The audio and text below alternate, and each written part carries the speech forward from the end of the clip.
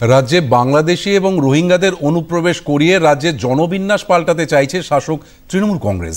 আসন্ন বিধানসভা নির্বাচনে মানুষকেই সিদ্ধান্ত নিতে হবে আগামী দিনে এই সরকার থাকবে কিনা, জানালেন বিজেপি রাজ্য সভাপতি ডক্টর সুকান্ত মজুমদার। তৃণমূলের এবার জেতার কোনো সম্ভাবনা নেই।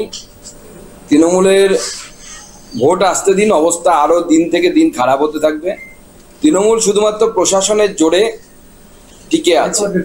প্রশাসন যদি 50 থেকে 60% নিরপেক্ষ হয়ে যায় তাহলে পরে তৃণমূল কংগ্রেসকে আর মাটিতে খুঁজে পাওয়া যাবে না।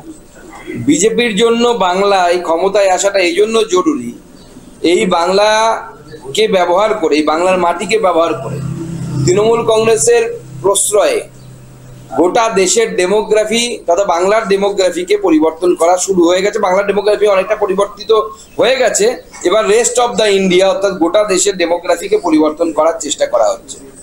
বাংলায় যেভাবে অনুপ্রবেশ হচ্ছে এবং সেই অনুপ্রবেশকারীদের ভোটার লিস্টে নাম তুলে দেওয়া, আধার কার্ড করে দেওয়া বা তার সাথে অন্যান্য সরকারি সুযোগ সুবিধা পাইয়ে দেওয়া, সরকারি চাকরি পর্যন্ত দেওয়া হয়ে গেছে, আপনারা নিশ্চয়ই দেখেছেন। এর মধ্য দিয়ে তৃণমূল কংগ্রেস বাংলার ডেমোগ্রাফিকে অনেকটা পরিবর্তিত করে ফেলেছে।